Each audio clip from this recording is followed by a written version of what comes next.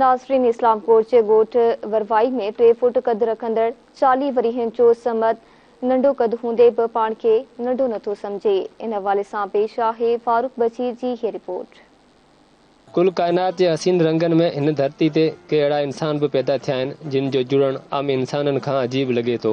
ईअं ई ॻोठ वरवाई वासी समंद लंजो बि नंढे कद सां गॾु पंहिंजे ॾाहत जी ॾांहुं रखे थो। 3 फुट कद रखंदड़ 40 वरियनि जो समंद लंजे जो जनम ॻोठ वरवाई में थियो। नंढपण में हू नंढे कद ते फ़ख्र महसूस कंदे बि तइलीम पिराई।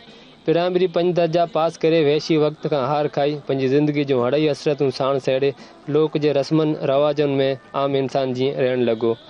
ॻोठ में बीठल डिगी ॼार हेठि ठिकाणो ठाहे वेठल समंद लंजो वखर विकिणी गुज़रत करे थो, पर वरसे में मिलियल ॾांहुं वसीले साइज जहिड़े मर्ज़ जी पढ़ाई सां गॾु शिफ़ाई तावीज़नि सां पंहिंजे तर्ज माण्हुनि जो इलाज बि करे थो। रागो शुरू कयो आहे ऐं तंहिंखां पोइ जाम माण्हू अचनि था परे परे खां साईं रागे लाइ फ़ाइदो बि थियो थो वञे। नंढो कद रखंदड़ समंद लंजो पंहिंजनि पतकड़नि हथनि खे कंहिंखां सुवाल करण खे गार सम्झी महांगाई जे दौर में बि कार चिठियल केबिन हलाए घर जो गाॾो ॻीले थो। कैमरामैन केम समेजो सां गॾु फारूक बशीर, धरती TV, इस्लामकोट।